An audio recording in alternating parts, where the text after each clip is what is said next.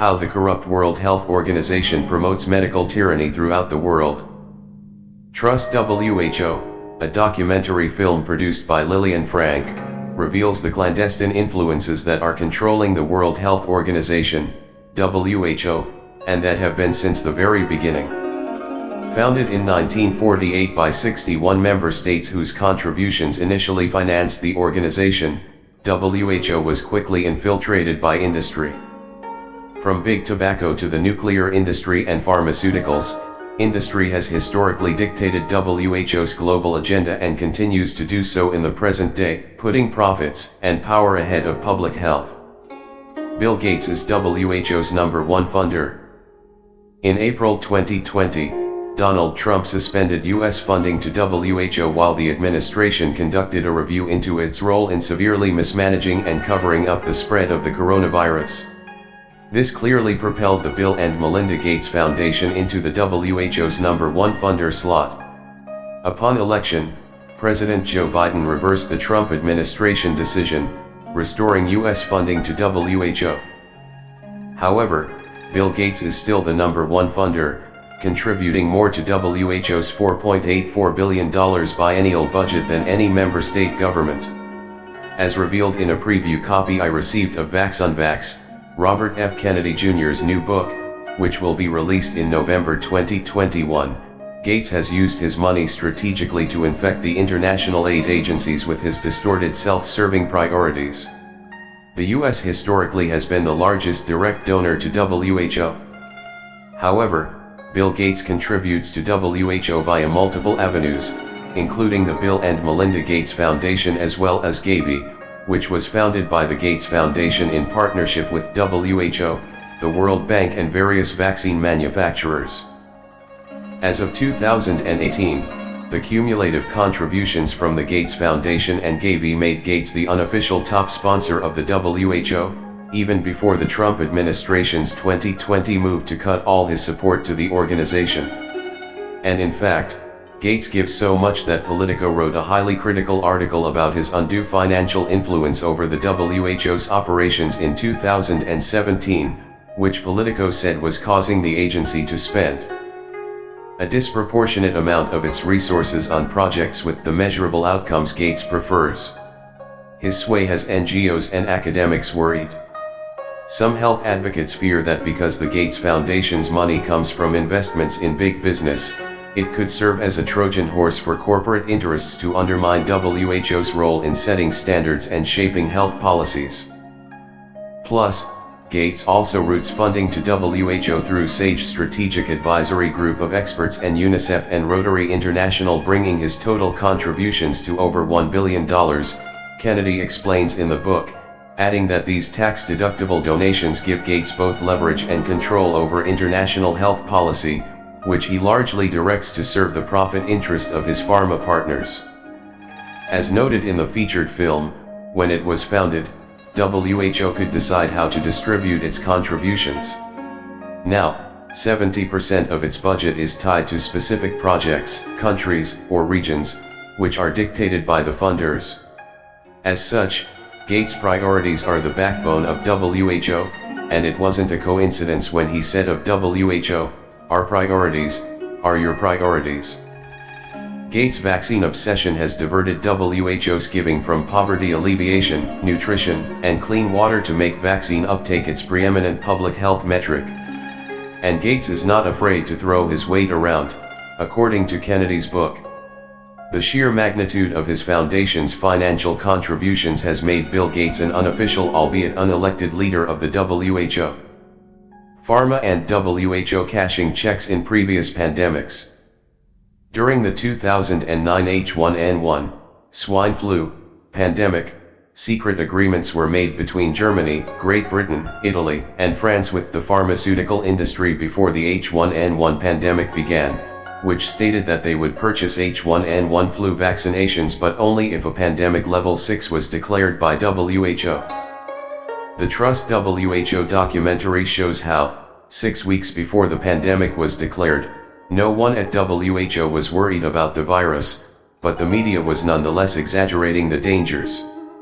Then, In the month leading up to the 2009 H1N1 pandemic, WHO changed the official definition of pandemic, removing the severity and high mortality criteria and leaving the definition of a pandemic as a worldwide epidemic of a disease. This switch in definition allowed WHO to declare swine flu a pandemic after only 144 people had died from the infection worldwide. In 2010, Dr. Wolfgang Wodarg, then head of health at the Council of Europe, accused pharmaceutical companies of influencing WHO's pandemic declaration, calling swine flu a false pandemic that was driven by Big Pharma, which cashed in on the health scare. According to Wodarg, the swine flu pandemic was one of the greatest medicine scandals of the century.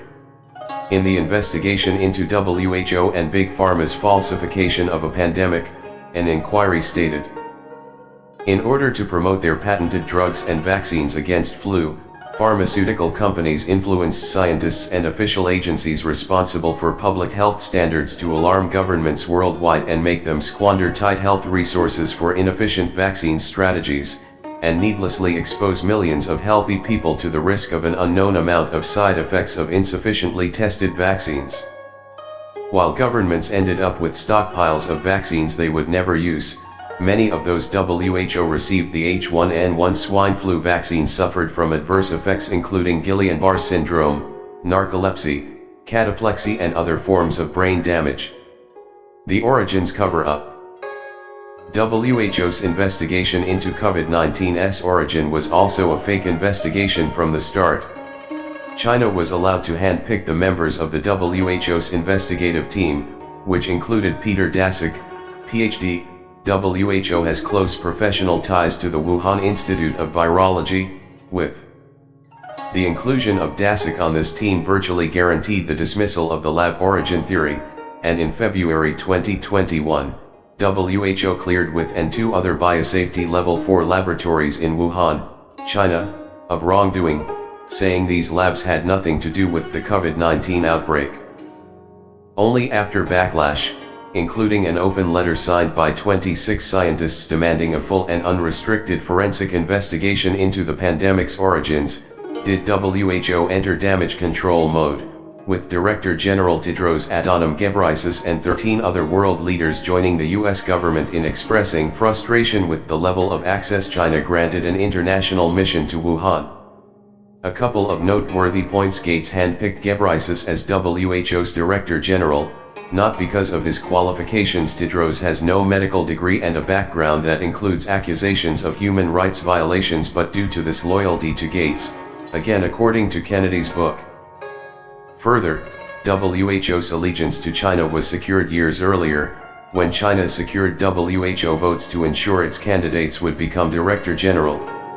A Sunday Times investigation also revealed that WHO's independence was severely compromised and its close ties to China allowed COVID-19 to spread in the early days of the pandemic while obfuscating the investigation into its origins. According to the Sunday Times, the WHO leadership prioritized China's economic interests over halting the spread of the virus when COVID-19 first emerged. China exerted ultimate control over the WHO investigation into the origins of COVID-19, appointing its chosen experts and negotiating a backroom deal to water down the mandate. WHO's China ties played a decisive role in pandemic.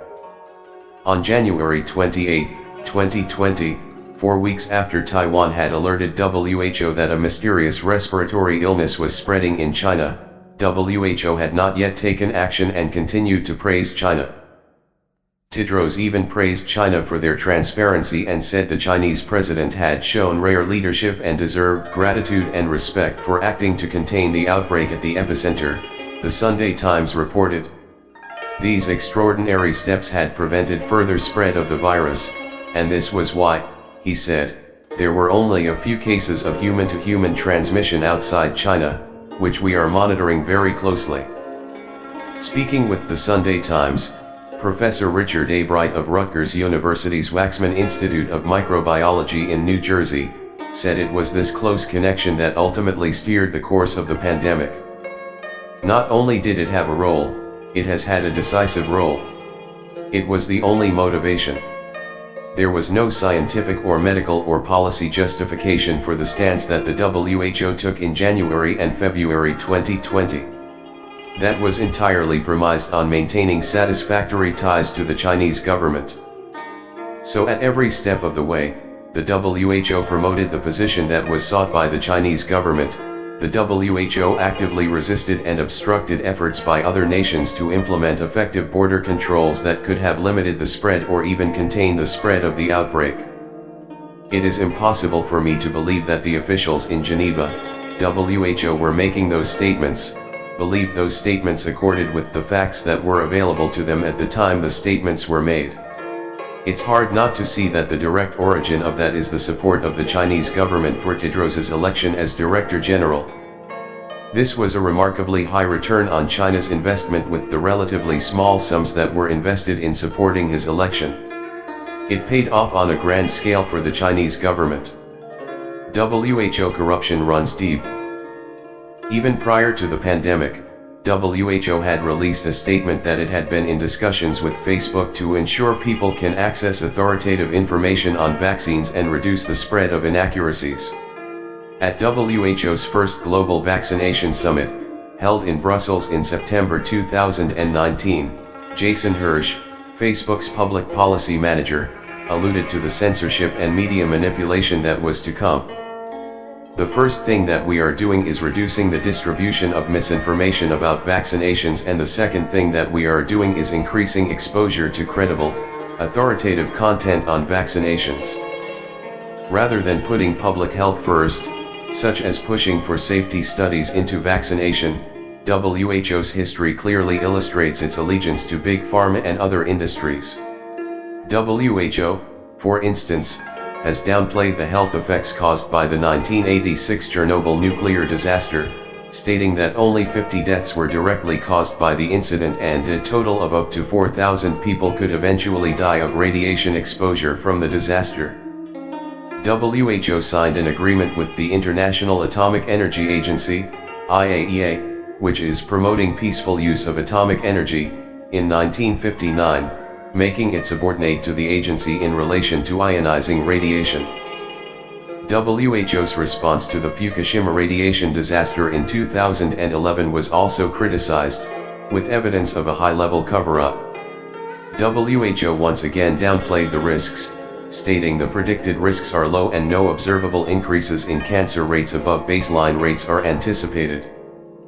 WHO also received more than $1.6 million from opioid giant Purdue from 1999 to 2010 and used industry-supported opioid data to incorporate into its official pro-opioid guidelines. According to the Alliance of Human Research Protection, WHO's collaboration with Purdue led to expanded opioid use and global addiction. Due to its acceptance of private money, a review in the Journal of Integrative Medicine and Therapy went so far as to say the corruption of WHO is the biggest threat to the world's public health of our time, particularly as it relates to WHO's drug recommendations, including its list of essential medicines which it believes is biased and not reliable. Given the strong and ongoing evidence that WHO is heavily conflicted and controlled by industry, its usefulness as a guardian of public health needs to be seriously re-evaluated.